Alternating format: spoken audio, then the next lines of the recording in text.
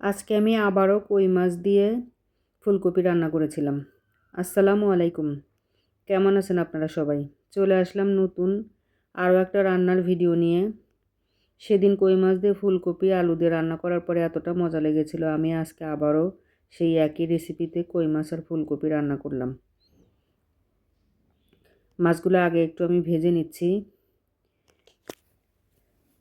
মাছ ভাজা তেলের মধ্যে পেঁয়াজ দিয়ে লাল করে ভেজে উঠিয়ে নেব বেরেস্তা বানিয়ে ফোড়ানি বাটা বানানোর জন্য। আসলে শীতের সময় সব খাবারই একটু মনে হয় স্বাদ বেশি লাগে, খাবারের স্বাদগুলো একটু বেড়ে যায়। গরমের সময় গরমের জন্যই হোক আর যে কারণেই হোক, গরমের সময় খাবারের এতটা মজা পাওয়া যায় না। সেদিন ফুলকপি আলু দিয়ে কই মাছ রান্না করেছিলাম, সেই তরকারিটা এত বেশি মজা লেগেছিল যে আমি সেম রেসিপিতে সেমভাবে আবারও আজকেও রান্না করলাম ফুলকপি আলু দিয়ে কই মাছটা। আর সবচেয়ে বড় কথা, এখন তো এই সব সবজি কয়েক মাস খেতে হবে। বেগুন, আলু, ফুলকপি, বাঁধাকপি, সিম, ভালোই লাগে, মজা লাগে অনেক এই তরকারিগুলা।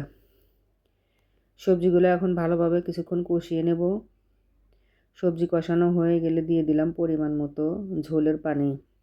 ঝোলের পানি দিয়ে এখন উপর দিয়ে মাছ ভাজাগুলো দিয়ে ঢেকে দেব। কিছুক্ষণ ঢেকে রান্না করে এখন আমি দিয়ে নেব ফোড়ানি বাটা।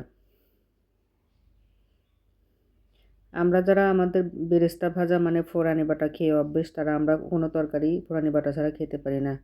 নামানোর আগে ধনিয়া পাতা দিয়ে ঢেকে দিয়ে আবারও একটু রান্না করে নিয়েছি। খুব মজাদার কই মাছ রান্না। আল্লাহ হাফিজ।